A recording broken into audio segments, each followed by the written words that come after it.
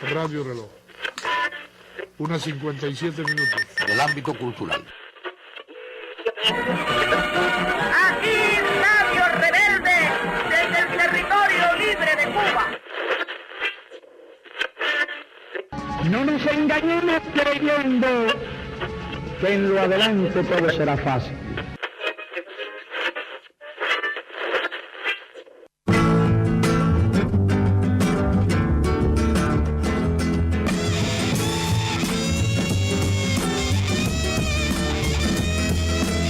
Del amor estamos hablando, por amor estamos haciendo, por amor se está hasta matando, para por amor seguir trabajando.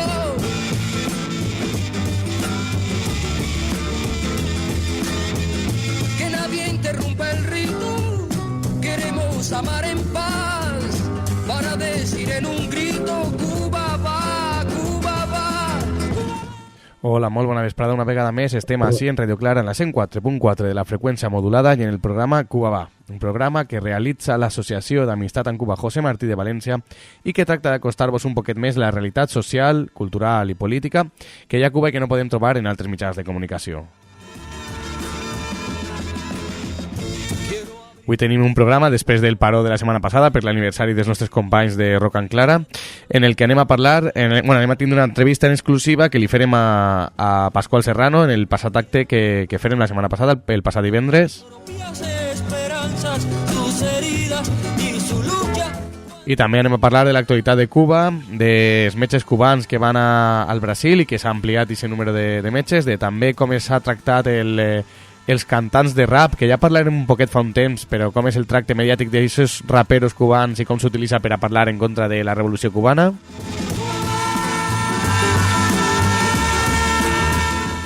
I moltes coses més que tindrem així. També ha faltat la creadora del mètode Yo Si Puedo d'alfabetització, que arriba fins a Espanya i tot, fins a Andalusia, o sigui que parlarem de moltes més coses així en Radio Clara, en la 104.4 de la freqüència modulada, o també ens pots escoltar a través de la seva pàgina web www.radioclara.org, que estem ja en el Twitter, diguem que comencem, que en el Facebook penjarem els programes, que ja sabeu que en la nostra pàgina també se pengen els programes i que podeu enviar-nos qualsevol suggerència o qüestió a la nostra adreça de correu electrònic cubavaradioclara@gmail.com. Torno a repetir a veure si ara ho dic bé, cubavaradioclara@gmail.com.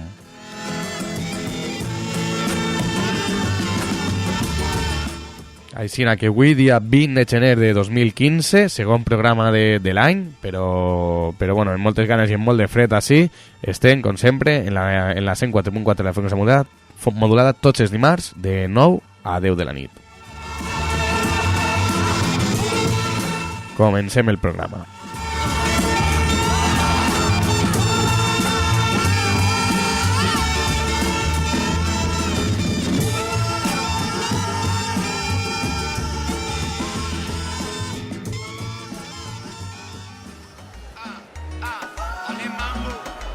Oye, Siga, ¿me pones un roncito? Sí, pero solo me queda Bacardí. Bacardí, ¿no? Mejor me pon una cerveza. Bacardí, un mal trago. Bacardí pertenece a la mafia de Miami. Es impulsora del bloqueo a Cuba. Ayudó a redactar la ley Helms-Burton y roba patentes cubanas. ¿Te parece poco? Campaña internacional de boicot a Ron Bacardí. Cosas que pasan en el barrio fino. Bueno, y hoy vamos a empezar el programa saludando. Este mes de enero la verdad es que lo tenemos bastante más vacío este estudio, pero bueno, sí que yo sé que es por una muy buena causa, que están casi todos de exámenes, y el que tiene un huequecito entre el lunes y jueves de examen se pasa por aquí. Esta vez tenemos aquí a Aleix, muy buenas. Hola, buenas para todos. Así que vamos a tener un programa en el que vamos a echar de menos seguro que a Rocío y a Manu, pero estoy seguro que nos estarán escuchando y os pediría que nos retuitearais cositas, ya que estáis ahí seguro que pendientes de todo. Así que vamos a tener un programa, Aleix, en el que vamos a escuchar esa entrevista que han podido ver ya muchos de nuestros radioyentes en YouTube, porque se colgó en Cuba Información a través de nuestra compañera Esther, que hizo la edición de esa entrevista, sobre un acto que se realizó el pasado viernes sobre la presentación de su libro, La prensa ha muerto, viva la prensa, al que tampoco pues pudieron asistir los compañeros de la radio porque también estaban de exámenes y todo esto, además de un año político muy movido, y creo que los que no estaban estudiando estaban con movidas políticas y todo esto, pero que el que no haya podido escuchar en YouTube al menos va a poder escuchar esa entrevista ahora mismo que hizo nuestro compañero David Rodríguez, al que supongo que tendremos en la segunda parte del programa, una entrevista bastante larga pero muy interesante como siempre, a Pascual Serrano, que es una de las personas que ya veréis que, bueno, lo dijo en el acto, no lo dijo en la entrevista creo, que siempre enganchamos todos los años con la presentación de algún libro, y que la verdad es que aunque no tenga una relación directa con Cuba ese libro, es una persona súper interesante de escuchar, un periodista al que dice las cosas como son, y que bueno, pues nos cuenta un poquito ese otro punto de vista que tal vez otros periodistas por diferentes razones no pueden, o esperemos que, bueno, no sé si decir no pueden o no quieren contar. Así que vamos a escuchar esa entrevista que hizo nuestro compañero David Rodríguez y bueno, y empezaremos el programa casi ya a las 9:30, así que vamos con la entrevista. Hoy tenemos con nosotros en Cuba Va Pascual Serrano, intelectual de izquierdas, escritor, periodista de obligada lectura para aquellos que pensamos que otro mundo mejor es posible y que hay que seguir armándose ideológicamente y combatir todo ese bloqueo informativo que en nuestro caso pues es tan presente cuando hablamos de los procesos revolucionarios de América Latina, en especial de Cuba o el de Venezuela.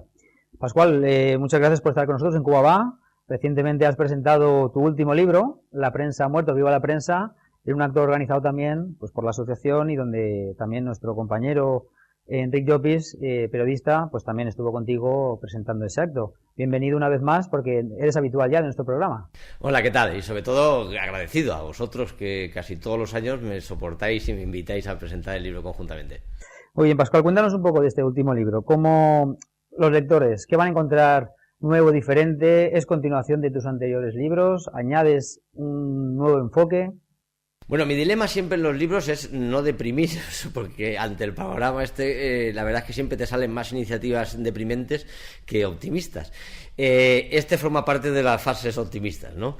Es decir, un libro que pretende insinuar que estamos en un momento de crisis en los medios de comunicación que puede ser aprovechable y puede ser oportuno para revolucionar el formato, revolucionar el modelo e intentar cambiar el modelo dominante, esos medios que tradicionalmente son los que nos están imponiendo la agenda informativa, e intentar tomar la Bastilla de un nuevo modelo de comunicación, ¿no? Yo creo que es una oportunidad única esta crisis y se trata un poco de recorrer varias experiencias en el mundo occidental, ¿no? Y luego al final hay un capítulo sobre lo que yo llamaría el boom español, de experiencias incipientes que nos pueden servir de referencia importante. En cuanto a esos temas que estás comentando, un hilo conductor sería el clásico libertad de prensa frente a empresa mediática. ¿Crees que son términos claramente antagónicos o mayormente contradictorios? Y si es así, ¿cómo es casi imposible hablar de eso en los propios medios de comunicación? Claro, lo que pasa es que todo depende de cómo es esa empresa mediática, ¿no? Es decir, si la gran empresa mediática es el resultado de las acciones de un gran banco, de la publicidad de unos grandes almacenes y del apoyo de una gran empresa de hidrocarburos, es diferente de si la empresa mediática es una cooperativa de 15 periodistas, ¿no? Hasta ahora teníamos lo primero, ¿no? Que es la gran crisis a la que se enfrenta el periodismo, ¿no? Ellos nos dicen que el periodismo está en crisis y lo que está en crisis no es el periodismo, es el modelo ese que acabamos de contar, ¿no? El de un gran banco que apoyaba un medio, ya no es que lo apoye, es que le debe dinero, la de unos grandes anunciantes que inyectaban fondos para que se mantuviese el medio y que ya no lo inyectan porque no les es rentable, y el de unos grandes grupos económicos y políticos que lo apoyaban. Eso es lo que se está derrumbando y eso es lo que yo creo que aumenta la oportunidad para un nuevo modelo más cooperativo, más participativo, que también yo creo que la izquierda debe de aprender de eso, ¿no? Debemos de aprender de que el modelo que yo estoy ahí proponiendo, o que por lo menos estoy estudiando, no es que sea el perfecto, es uno que también supera la situación anterior de medios militantes, medios combativos, que tienen una función, tienen un papel desde desde la militancia y desde la solidaridad y desde el compromiso con los movimientos sociales, pero no son puramente periodismo, ¿no? No son puramente periodismo porque los medios militantes, los que hemos considerado alternativos hasta ahora, estoy pensando en Rebelión, que yo he creado, Cuba Información, es decir, difícilmente podemos mandar un corresponsal a Siria a contar lo que está sucediendo en Siria, o podemos tener un periodista que todos los días se lea el BOE 5 horas al día para poder o traduzca los papeles de Wikileaks durante 2 meses, ¿no? Para eso hace falta recursos, y yo creo que el modelo de cooperativo de este periodismo incipiente que está surgiendo, incipiente digo en España, pero que en el mundo, con ejemplos que se repasan ahí, La Jornada, Le Monde Diplomatique, The Courier en Bélgica, The National, Democracy Now! En Estados Unidos, yo creo que son ejemplos de que se puede hacer otro periodismo donde los periodistas además hasta pueden comer. ¿Eso cómo se encasaría con la parte legal? Estamos hablando de que conocemos procesos como el de Ecuador o Argentina, donde han establecido unas nuevas leyes de medios, las cuales por esas grandes empresas mediáticas han sido ferozmente en fin, acusadas casi de atentar a la libertad de expresión o la libertad de prensa y demás. Desde esa óptica de izquierdas, esa ley de medios, ¿cómo la enfocarías tú? ¿Desde el ámbito de competencia estatal o incluso europea, en el marco en el que nos movemos aquí en el Estado español? Bueno, yo creo que lo que está pasando en América Latina con la comunicación va más allá de una ley de medios, es mucho más, ¿no? Y por eso la preocupación que está surgiendo entre los poderes mediáticos y el establecimiento europeo, ¿no? Ahí están ocurriendo muchas cosas que creo que son muy interesantes en un debate que desgraciadamente todavía no se está planteando en Europa y menos en España, y yo creo que es necesario hacerlo, ¿no? Lo que está surgiendo en América Latina es unos gobiernos que se han dado cuenta de que al adoptar posturas y posiciones de izquierdas, desde la legitimidad que les da el ser apoyados por los ciudadanos, se han encontrado con una oposición, con una desestabilización, con un constante intento de golpismo, de subversión por parte de grupos empresariales a través de los medios, en lugar de la oposición legítima que se tiene que hacer desde posiciones neoliberales que se quieran oponer a esos gobiernos, ¿no? Y ante eso se han dado cuenta de que regenerar el sistema judicial, el sistema legislativo o el sistema ejecutivo no servía para regenerar la democracia si seguían manteniendo un oligopolio mediático en favor de 3 o 4 familias, ¿no?, que combatían para desestabilizar a esos gobiernos.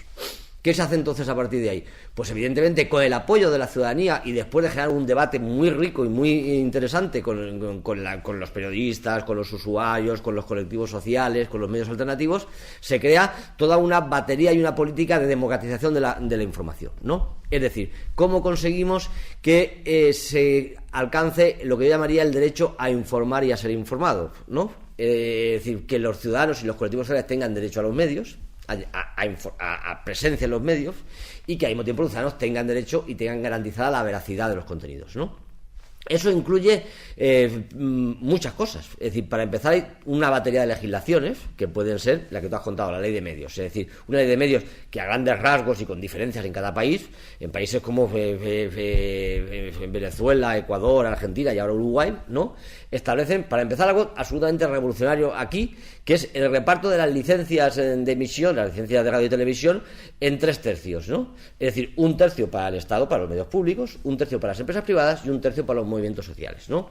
Algo impensable en una España en la que las licencias se han dado a dedo a 4 empresas que ya son solo 2, porque además no sé si es bueno recordar que en España, cuando se multiplican por 5 las posibilidades de licencias con la TDT, la que decide el gobierno es decir, pues si se multiplican por 5 y tenemos 4 empresas, pues le damos 5 a cada una de las que había y listo. Y ese fue su mecanismo de multiplicar la libertad de expresión. Llegaron los jueces y dijeron que eso estaba muy mal y entonces suspendieron, como todos sabemos, se cierran esas licencias, se cierran esas televisiones, y aquí nadie está diciendo. Es decir, se han cerrado todas esas porque se adjudicaron irregularmente y nadie se está planteando dar esas licencias, es decir, aumentar la libertad de expresión. Bien, pues esa es una de las cosas que se está haciendo en América Latina. Otra, garantizar que no se pueda mentir, que no se puede insultar y que no se pueda desestabilizar. Es decir, lo que no puede ser es que tenemos mecanismos de control o digamos de regeneración, de saneamiento, desde la comida, la justicia, la política, o lo intentamos en democracia, pero precisamente hay alguien que no tiene al que nadie le puede vigilar, ni le puede controlar, ni puede asegurar la buena calidad de su producto, que es los medios de comunicación. Es decir, se crean unas legislaciones que velan por los contenidos rigurosos y veraces de los medios de comunicación. Otra cosa de las que se hace es desarrollar los medios públicos, es decir, esos medios públicos que aquí hemos tenido históricamente, en América Latina no lo había, ¿no? Es decir, las televisiones públicas latinoamericanas eran muy precarias, ¿no? Y entonces se ha intentado dar fondos para tener un medio público suficientemente digno a la altura de lo que podría ser o pudo ser en Europa. Y por último, otra de las posibilidades es desarrollar los medios que ellos llaman comunitarios, o que aquí podríamos llamar alternativos, o que podríamos llamar libres, o que podríamos llamar colectivos, ¿no? Es decir, cooperativas, movimientos sociales, sectores alternativos sin ánimo de lucro, a los que, mediante apoyos técnicos, educativos, financieros, ayuda y legitimidad periodística, pues está siendo todo un tercer sector de comunicación muy enriquecedora. Bueno, pues todo esto que acabo de contar, ¿no?, es las agresiones contra la libertad de expresión que dicen nuestros medios de comunicación que es lo que está ocurriendo en América Latina. Todo este planteamiento de nueva política de medios es una asignatura pendiente en la izquierda el Estado español europea, o se ha avanzado en estos últimos años? Es una asignatura pendiente. Yo creo que la izquierda sigue teniendo muchos defectos. Es decir, por ejemplo, imagínate una campaña electoral, todo el mundo aplaudiría una iniciativa del partido político de izquierda que dijera que quiere más recursos para educación o quiere más recursos para sanidad. Pero si dijera que quiere más recursos para hacer una televisión más plural, con más potencialidad, más participativa, más democrática, todo el mundo pensaría que lo que quiere es más dinero para hacer publicidad del todo el mundo, quiere decir, incluido la izquierda, ¿no? Es decir, que también la izquierda sigue pensando, ¿no?, que los recursos para la información desde un Estado, desde públicos, ¿no?, sigue siendo un dinero perdido y al servicio de un gobierno, ¿no? Lo que ocurre es que también las experiencias son bastante ingratas, ¿no? Cuando yo voy defendiendo mi discurso a favor de los medios públicos, todo el mundo me va diciendo, sí, claro, los medios públicos, ¿para qué? Para tener un canal no, para tener esta Telemadrid, para tener no sé qué. Siempre tengo que responder lo mismo, ¿no? Es decir, estos medios públicos son infames porque previamente tuvimos unos gobiernos infames, ¿no? Es decir, nuestro problema no es que el canal No o Telemadrid o Televisión Española sea miserable. Nuestro problema es que hemos puesto o estamos soportando o no somos capaces de derrocar a gobiernos miserables, entonces tenemos ese resultado. Pero nadie se plantea que como el gobierno es miserable vamos a privatizar los juzgados o privatizar los colegios porque el gobierno es malo. No, hay que seguir defendiendo lo público. En cualquier caso, yo creo que siempre será más fácil sustituir al director general de Televisión Española que al director general de Telecinco o de Antena 3. Vamos a hablar un poco de América Latina. Hemos comentado esa experiencia de nuevos cambios. Tú desarrollaste un tiempo en Cuba y en Venezuela vinculado al trabajo periodístico y de los medios de comunicación. ¿Cómo recuerdas esa etapa o qué lecciones sacaste de aquellas experiencias? Cuba es un modelo muy curioso, es muy peculiar, ¿no? Donde yo creo que se enfrenta a una situación muy precaria técnicamente, ¿no? Se encuentran a unos profesionales que yo creo que demuestran una gran formación incomparable con la que luego pude encontrar en otros países de América Latina, pero que se enfrentan a unas dificultades técnicas terribles que esperemos que la nueva situación de relaciones con Estados Unidos pueda mejorar las posibilidades técnicas y de desarrollo del periodismo, ¿no? Creo que en contra de lo que se dice, los mecanismos del Estado cubano de control de la información no eran al nivel que aquí se nos quiere decir. Sin embargo, creo que sí que existía por parte probablemente de los periodistas cubanos, ¿no?, menos audacia de lo que podrían hacer, ¿no? De hecho, se ha demostrado, es curioso, se ha demostrado como por ejemplo en el ámbito ahora de internet o de los blogs, ¿no?, cuando el periodista o el escritor o el bloguero cubano se ha planteado la absoluta libertad para hacer un blog, ha demostrado, ¿no?, que podía decir y podía hacer y podía tener mucho más audacia de la que podía hacer en un medio público, no porque no lo dejaran, sino porque no se atrevía, o a lo mejor porque había un cargo medio mediocre que no se atrevía a proponer coberturas audaces, ¿no? Es decir, yo creo que sí que había muchas posibilidades.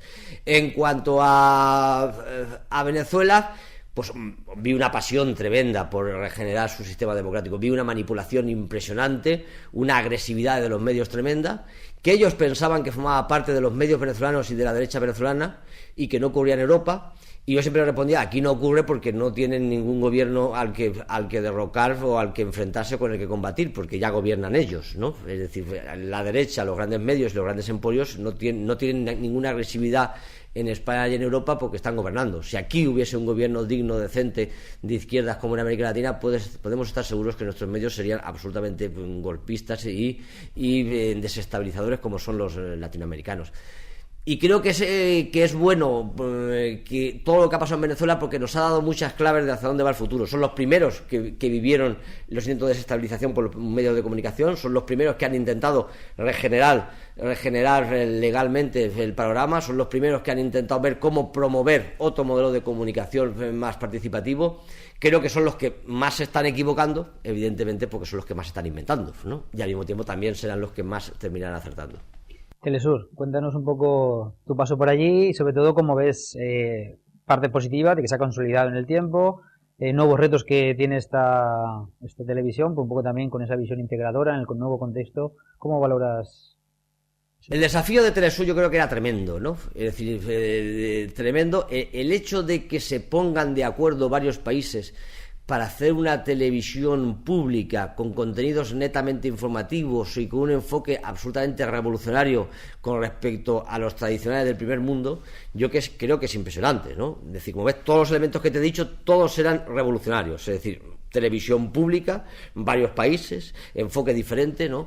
Era tremendo y muy difícil. Los debates eran múltiples, desde el debate editorial, de hasta qué punto teníamos que alinearnos con gobiernos de izquierda o con políticas de izquierda, hasta el debate técnico, es decir, hasta qué teníamos que aprender o copiar de los formatos tecnológicos y de las estéticas del primer mundo, ¿no? Era un debate apasionante en el que lo vivimos con muchas contradicciones, con gran cantidad de conflictos, pero que yo creo que se está intentando resolver, ¿no? Creo que sigue habiendo déficit, sobre todo porque no ha conseguido implantarse en el primer mundo, es decir, no se sigue viendo suficientemente en Europa.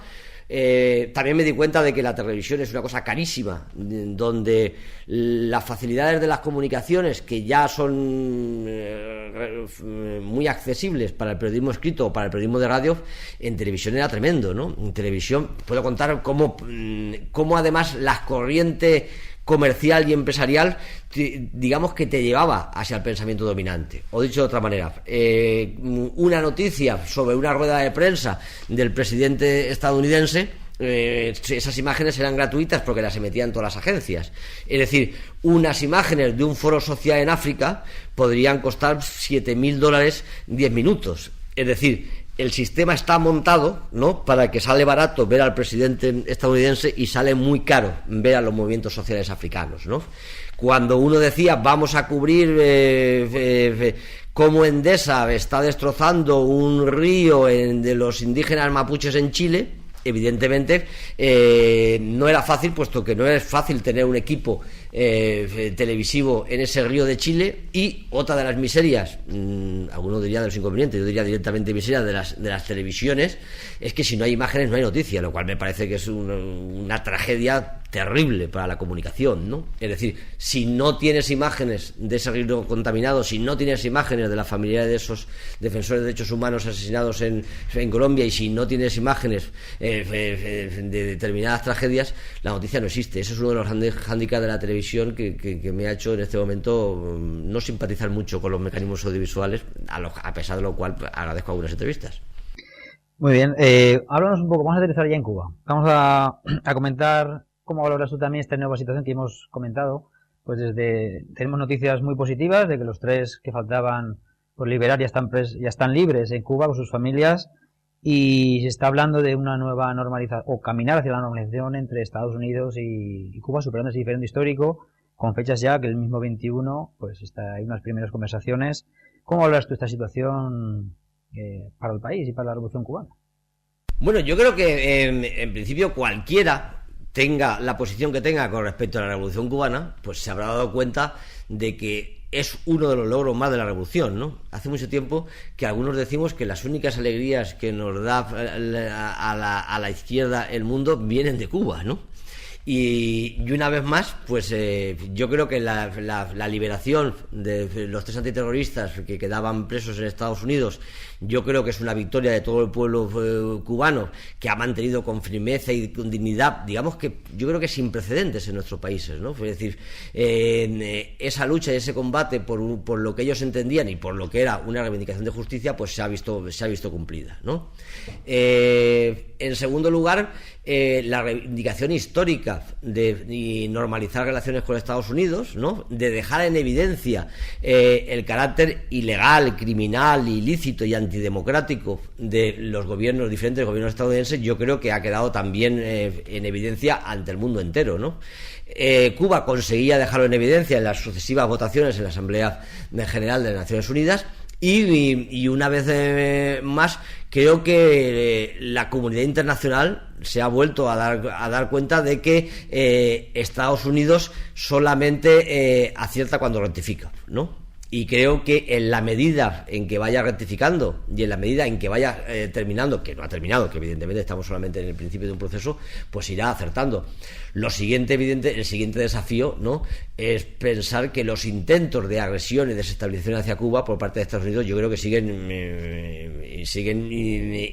irreductibles y sigue con el objetivo claro de desestabilizar. Simplemente van a intentar otro sistema, ¿no?, pero esperemos que le siga siendo tan inútil, ¿no?, como todos los que he intentado hasta ahora.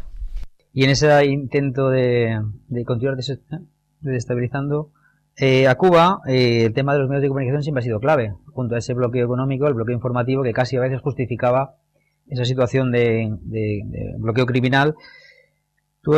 También es muy conocido por las famosas perlas informativas, donde desgranas o analizas ese doble rasero o esa manipulación informativa.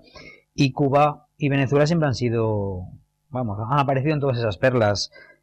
¿Cómo valoras eso en el tiempo? ¿Ha habido más? ¿Ha habido menos? ¿Cómo lo estás viendo? Lo que ocurre es que yo creo que los procesos o los proyectos que creaban un mayor consenso de agresividad en Occidente por mostrar alternativas, ¿no?, son los que más dejaban en evidencia las miserias de comunicación de los grandes medios, ¿no? Quiero decir, en el tiempo hemos podido ver que en nuestra economía y en nuestros países, ¿no?, algunas malas noticias, como puede ser la crisis o como puede ser determinadas condiciones de empobrecimiento, no podían ser ocultadas por los medios y entonces estaban a la orden del día. Es decir, ningún medio, y perdona por la introducción, ningún medio negaba la crisis, ningún medio niega el paro, ningún medio niega determinadas cosas. Lo que era fundamental, el gran reto era decir, lo que tenemos que intentar a toda costa es que no se vean opciones y no se vean salidas fuera del modelo neoliberal. Ese era el reto, ¿no? Y para conseguir eso, lógicamente, había que aplastar cualquier intento informativo procedente de Cuba, de Venezuela, de Argentina o de cualquier modelo que inventase algo diferente que no fuese capitalismo y neoliberalismo, ¿no? Y entonces ese consenso que había entre poder político, poder financiero y poder mediático, que no sé por qué digo tres poderes porque son el mismo, ¿no?, ese consenso era el que les dejaba en evidencia en esos rosarios de perlas constantes, ¿no?, de los que yo me nutría y que me desbordan, ¿no?, y que nos desbordan a todos como espectadores de los medios de comunicación, ¿no?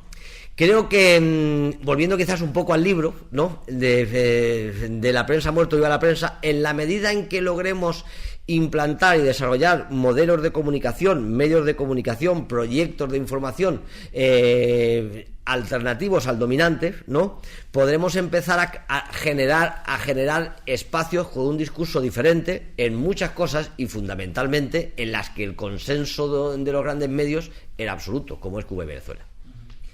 Bueno, para ir terminando, Pascual, estamos en una radio libre, en Radio Claro, un programa que ya llevamos, si no recuerdo mal, Pau, me corregirás, 9 o 10 temporadas, y donde intentamos eso, romper ese bloqueo mediático, como los compañeros de Cuba Información.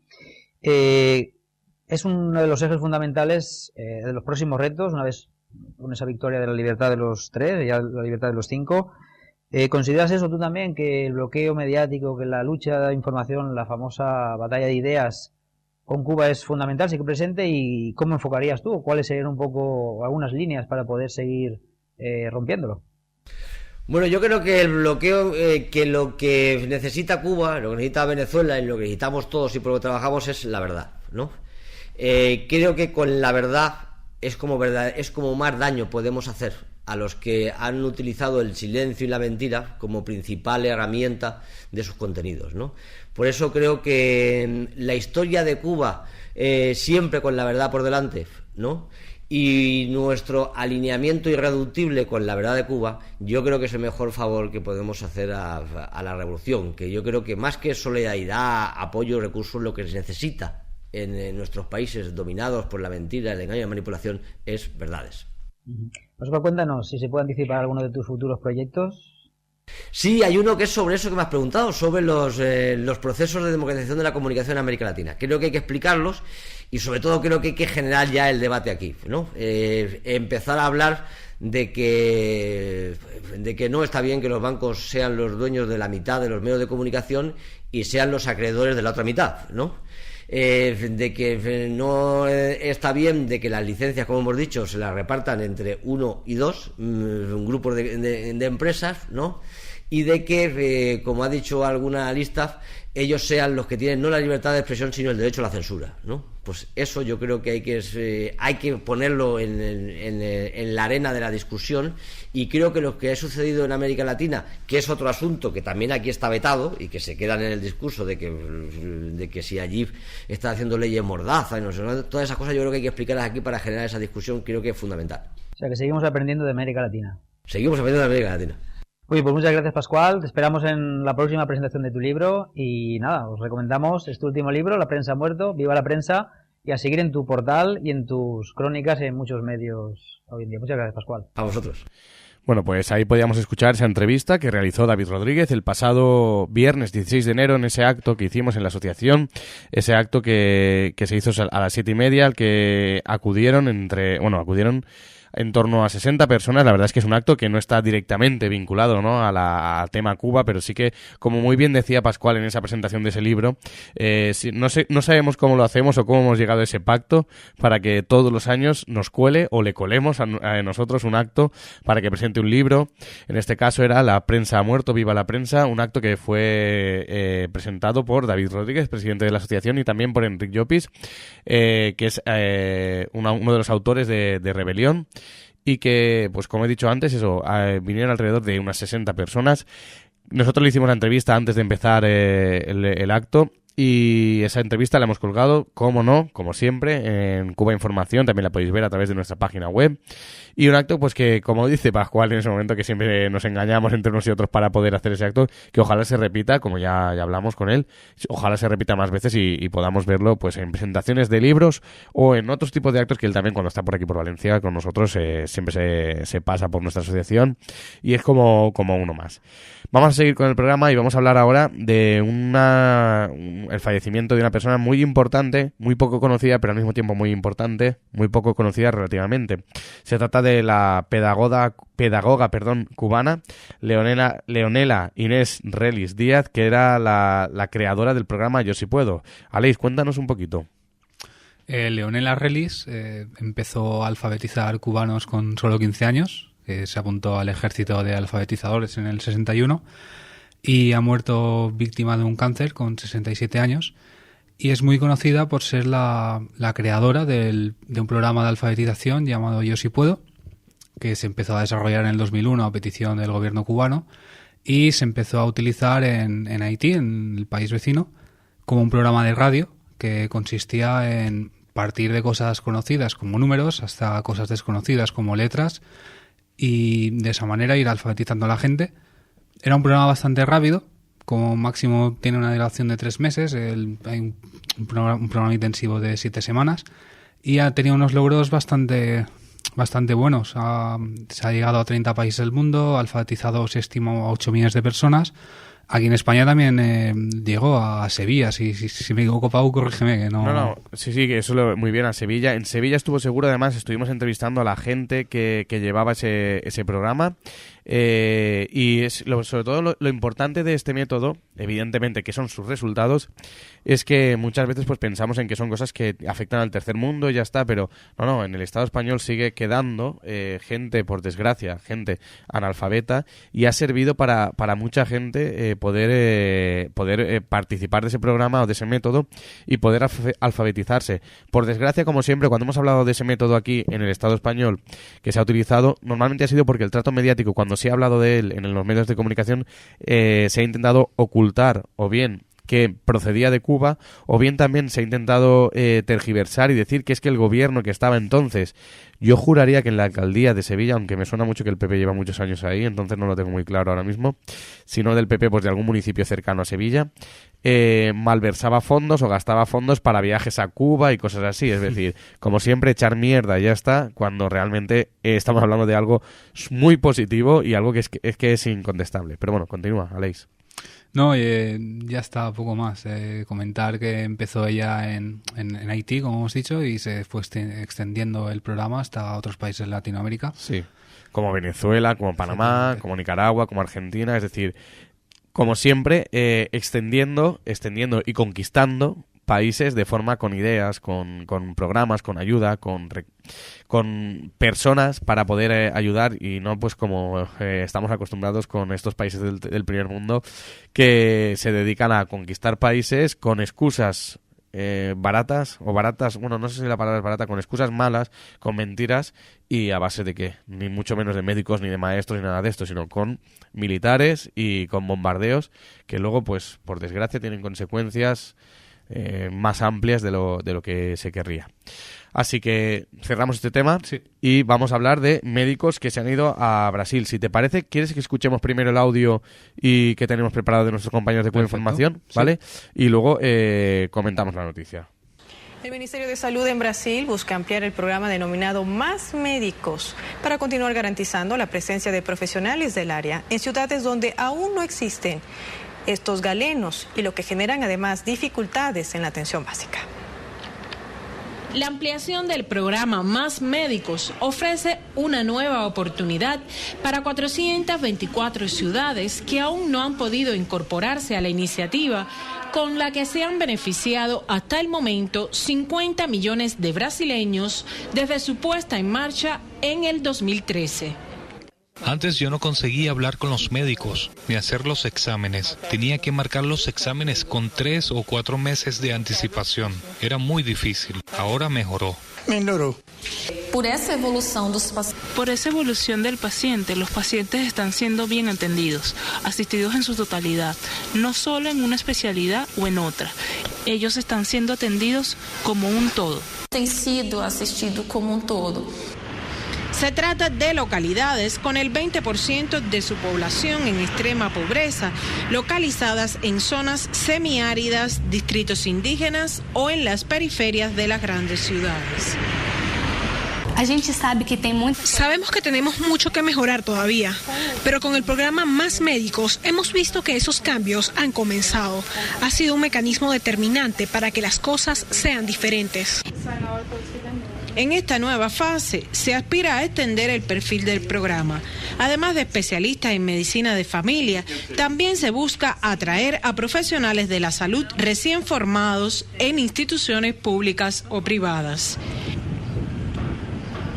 En el caso de los médicos brasileños, ahora tendrán la oportunidad de seleccionar hasta 4 ciudades con diferentes características para trabajar por más de 2 años. Os principais desafios sería atender toda demanda que Entre los principales desafíos que tenemos está atender a toda la población que nos busca. Ese es nuestro principal desafío, atender de la forma en que nos gustaría, humanizada, acogedora y resolutiva. En la actualidad, más de 14.000 médicos garantizan la atención básica de la población más carente en 13.785 municipios brasileños. Doris Calderón, Telesur, Brasilia. Bueno, decía yo que era de Cuba Información, evidentemente lo hemos rescatado de Cuba Información, pero como decían al final era de los compañeros de Telesur, ¿no, Aleix? Sí, efectivamente. Comentar un poquito algunos detalles del programa Más Médicos, que nació en 2013 como una respuesta del gobierno brasileño a las protestas callejeras que se daban ahí para que exigían unas mejores condiciones de salud. Comentar que en esta nueva fase del proyecto se han llegado a 424 nuevos municipios y, por ejemplo, para hacernos una idea, en Brasil hay 5.500 y pico municipios y con este programa están llegando actualmente a 4.200 a través de 15.000 médicos, de los cuales 11.000 son cubanos. Se basa en llegar a áreas remotas y de momento son servicios primarios. Esperemos que en un futuro también alcance el programa un acuerdo para llegar más especialistas, como en los programas médicos de Venezuela, etcétera. La verdad es que es otro de los temas que hemos hablado aquí alguna vez, de esos médicos cubanos, y polémica como siempre ha habido. ¿Por qué? Pues porque como siempre se ha utilizado un poquito tergiversando, diciendo que por un lado Brasil se había echado atrás y que ya no quería esos médicos cubanos, cuando no había nada de cierto, pero evidentemente como es libre inventarse noticias aquí la gente y rumores y tal, y poder hablar y poder decir mentiras, libre para... Bueno, no me meto en líos, que voy a meter en un lío que... Pero bueno, que la cuestión está en que en principio hemos hablado precisamente por eso, porque se ha tergiversado y se ha dicho que Brasil no necesitaba esos médicos cubanos, que en principio no era necesario, que tal, que cual, y por desgracia, pues junto a la ayuda de nuestros compañeros de Cuba Información hemos tenido que desmentir todas esas cosas. De momento, pues eso, nos quedamos con la ampliación de ese programa a 424 ciudades, el programa de Más Médicos para Brasil, pues que como muy bien ha dicho ahora Aleix, será para atención primaria, y sobre todo son barrios, pues eso, inaccesibles, más difíciles de acceso, bien sea por geográficamente o bien sea por muchas veces por conflictos y por desgracia, y eso no ha pasado solo en Brasil, también pasó en Venezuela en su momento cuando empezaron a ir los médicos allí, en barrios donde ni siquiera los propios médicos del país se atreven o querían entrar, eran los médicos cubanos los que iban un poco, pues eso, a algo que es básico, que es atender, atención primaria, que es algo que deberíamos tener todos por el hecho de ser personas, y ya está. Así que vamos a continuar con el programa, y hasta ahora hemos estado hablando de noticias precisamente a las que luego he hecho yo referencia, que aquí hemos tenido que hablar de ellas porque se ha tergiversado. Yo creo que hace ya un par de semanas hablamos ya de que habían raperos que se estaban utilizando por parte de los medios de comunicación, incluso por un representante serbio que los había llevado en este caso a los aldeanos, se los había llevado incluso a hacer un concierto a Serbia en su momento, cosa que sorprendía, ¿no? Porque dos raperos que vayan a Serbia puede sorprender. Pero que sean cubanos, que canten en castellano y que tengan su... No sé, era sorprendente. Al final, como siempre decimos que casi siempre el tiempo pone a cada uno en su sitio, y en este caso pues se ha demostrado al final que estaba todo, pues que era toda una estrategia por parte de un agente de los Estados Unidos. En este caso pues lo que vamos a hacer ahora es hablar de Roberto Mosso, que en El Correo pone información desactualizada e indocumentada sobre el rap cubano. Así que vamos a escuchar esta noticia y la comentamos. Cuba Información.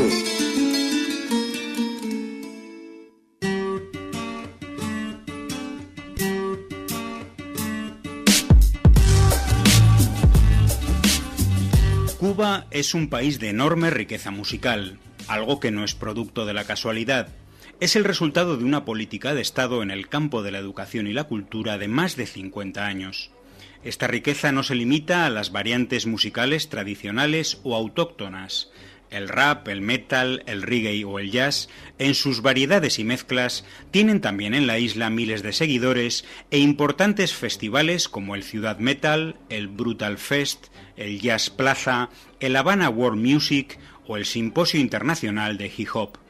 En este terreno, el del rap y el hip hop, existen en Cuba centenares de bandas. Mano Armada, Obsesión, Anónimo Consejo, Alto Voltaje, Danay Suárez o Hermanos de Causa son solo algunos de los nombres más populares. La Agencia Cubana de Rap da soporte desde el Estado a la promoción de algunas de estas bandas. Otras se editan en sellos independientes como Champions o Palenque Records. Pero a los medios internacionales no les interesa ninguna de estas formaciones, cuyas canciones contienen duras críticas a los problemas y contradicciones de la sociedad cubana. La lupa de aumento de la prensa se posa en grupos musicales muy concretos. Un ejemplo lo tenemos en el reportaje del diario vasco El Correo, titulado Los nuevos trovadores de la Cuba rebelde, centrado en el grupo de rap cubano Los Aldeanos. Escrito por el músico y periodista Roberto Mosso, contiene informaciones erróneas y desactualizadas y adolece de evidentes fallos de documentación. Llama la atención, en primer lugar, que el reportaje no mencione el dato periodístico internacional más relevante sobre el grupo Los Aldeanos: la investigación de la agencia norteamericana Associated Press, que demostró el pasado diciembre que el gobierno de Estados Unidos había utilizado a este grupo de rap en sus planes de desestabilización política en la isla. Entre 2009 y 2012 pagó al agente serbio Ratko Bosic para ayudar a los aldeanos en la organización de sus conciertos en La Habana con un objetivo no declarado: provocar incidentes con la policía que sirvieran para generar una espiral de protestas siguiendo el patrón aplicado en Belgrado para la caída del gobierno de Slobodan Milosevic. El reportaje del Correo, además, habla de los aldeanos como si aún residieran en Cuba, cuando llevan años viviendo y actuando en Miami. Sus letras actuales, por cierto, han perdido toda su dureza original, efecto evidente de la censura del mercado discográfico de Estados Unidos. ¿O será quizá porque en ese país no existe racismo, pobreza, represión o desigualdad, temas recurrentes en el movimiento rap? En otra información fuera de tiempo, el periodista Roberto Mosso asegura que los aldeanos siguen reivindicando al Che Guevara en su pureza rebelde. Curioso, porque hace apenas 2 meses afirmaban en una entrevista lo siguiente. Antes decían que nosotros éramos guevaristas, yo no sabía quién era el Che hasta que yo crecí, viajé y pude conocer.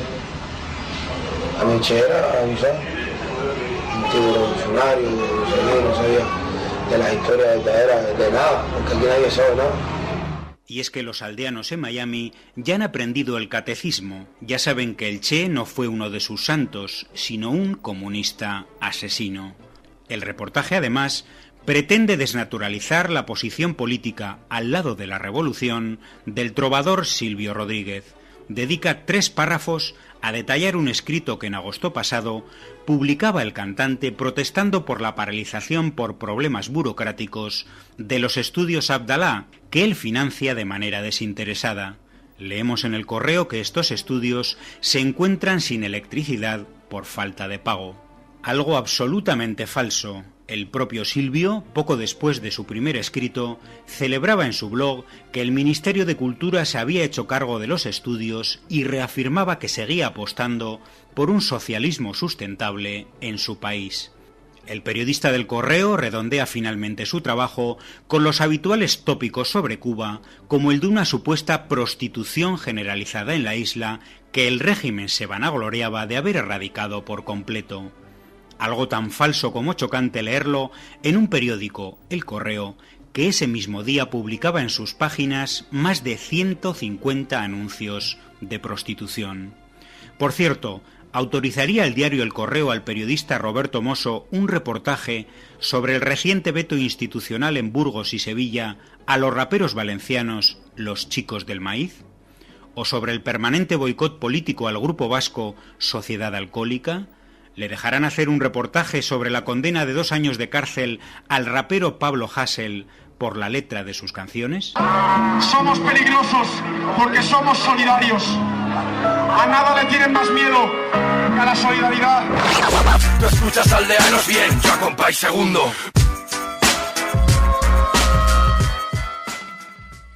Y es que parece que todo vale, ¿no? Como siempre, es decir, se puede informar con datos desactualizados, se puede informar diciendo mentiras, se puede informar falseando información y, como lo dice El Correo, en este caso, un diario en principio de gran tirada ahí en el País Vasco, pues se puede hacer todo eso y no hay ningún problema. En cambio, nosotros aquí en nuestra radio pequeñita, en Radio Clara, en nuestro espacio, pues seguro que no llegamos ni al 2% de esa gente que pueda comprar El Correo.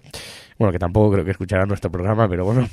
Y la verdad es que da bastante rabia todo esto, porque a pesar de que la labor es muy grande de nuestros compañeros de Coinformación, es una labor que año a año se tiene que renovar, que se tiene que buscar las castañas para conseguir el financiamiento adecuado, y que encima pues se nos tacha, y me incluyo porque yo soy colaborador de Coinformación, como proetarras en artículos en ABC, etcétera, que ya es para denunciar, pero mira, si es que ya no se puede, no sé. Y precisamente el ABC es del mismo grupo que el Correo, sí. El grupo Zendo. Sí, así que bueno, no voy a entrar tampoco porque no nos queda mucho tiempo, pero es como ha pasado ahora con esas amenazas, supuestas amenazas por parte de Radio Clara a Rita Barberá, que en principio es desde aquí rechazamos y estamos apoyamos evidentemente a la propia radio, a los compañeros en todo este tema, unas amenazas evidentemente que no venían de aquí. Y que sí que se han denunciado otras amenazas que se han recibido aquí en la radio. Pero bueno, vamos a ir cerrando el programa, que nos queda muy poquito tiempo. Vamos a poner una pequeña noticia sobre Objetivo Falsimedia de nuestros compañeros de Cuba Información, sobre esa apertura, ese cambio de relaciones de Estados Unidos con Cuba, y que tiene que ver un poquito con el turismo. Luego escuchamos y prácticamente acabamos el programa. Cuba Información.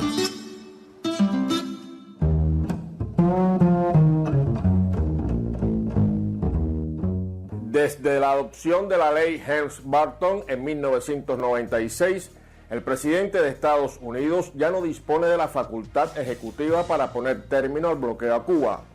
Debe ser el Congreso, hoy en manos del Partido Republicano. Pero Obama sí dispone de un medio para acelerar su fin. Basta con que permita a su ciudadanía viajar a Cuba como turismo ordinario, porque ésta puede hacerlo a cualquier país del mundo, incluso a China, Vietnam o Corea del Norte, pero no a Cuba.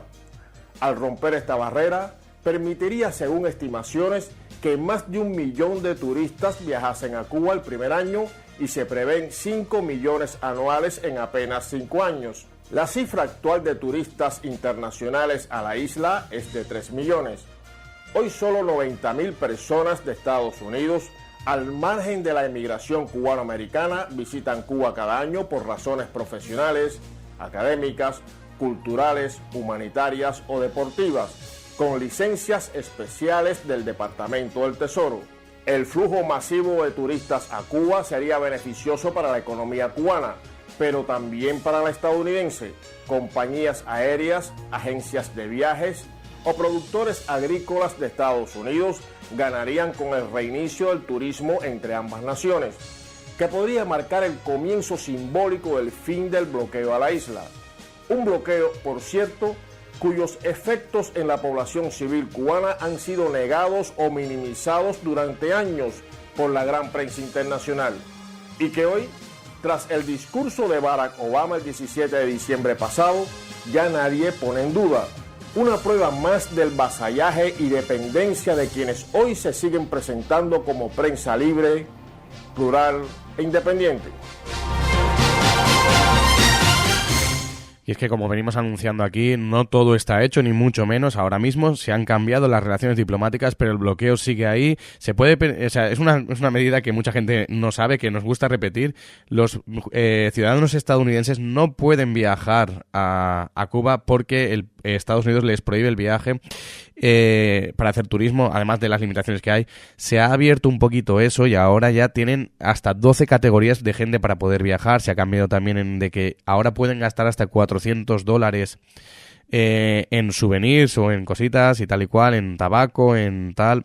Es decir, que en manos de Estados Unidos está el cambio real de relaciones entre Estados Unidos y Cuba. Ya veremos si ese Congreso, que de mayoría republicana, hace algo. Y ahora ya, para cerrar el programa, simplemente vamos a anunciar que la semana que viene ya lo hablaremos más tranquilamente en el programa, pero el próximo día 30, viernes, tendremos una fiesta de entrega de carnets, de conmemoración del natalicio de José Martí. Y también habrá una actuación, un pequeño conciertito. Y el día 31, eso será en Valencia. El local, como no estoy seguro de si será en la asociación o no será en Minimaclet, de momento lo dejamos ahí. Y la semana que viene lo anunciaremos. Y el 31 en Aspe habrá un concierto. Seguimos con la presentación de ese proyecto de Seguimos en Pie por la liberación de los 5, que por suerte podemos celebrar. Ya no es un concierto de reivindicación, sino un concierto de celebración donde celebramos que esos 5 cubanos ya están liberados. Aleix, no sé si quieres añadir alguna cosa más. No, por mí ya está todo dicho y claro. Pues muchas gracias por haber estado aquí. Les damos recuerdos y suerte a ti también para los exámenes, a Manu y a Rocío, que están ahí peleando. Y ya sabéis que nos podéis escuchar aquí el próximo martes en Radio Clara, en la 104.4 de la frecuencia modulada, o también a través de la página web www.radioclara.org. Si el capitalismo no quiere nada, ni hablar, ni mirar para este pequeño país, esperaremos que desaparezca el capitalismo en Estados Unidos.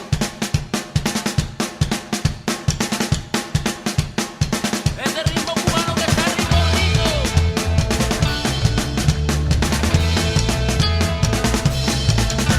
En Cuba se vive. Y en Cuba se vive. La revolución. Sabrosura.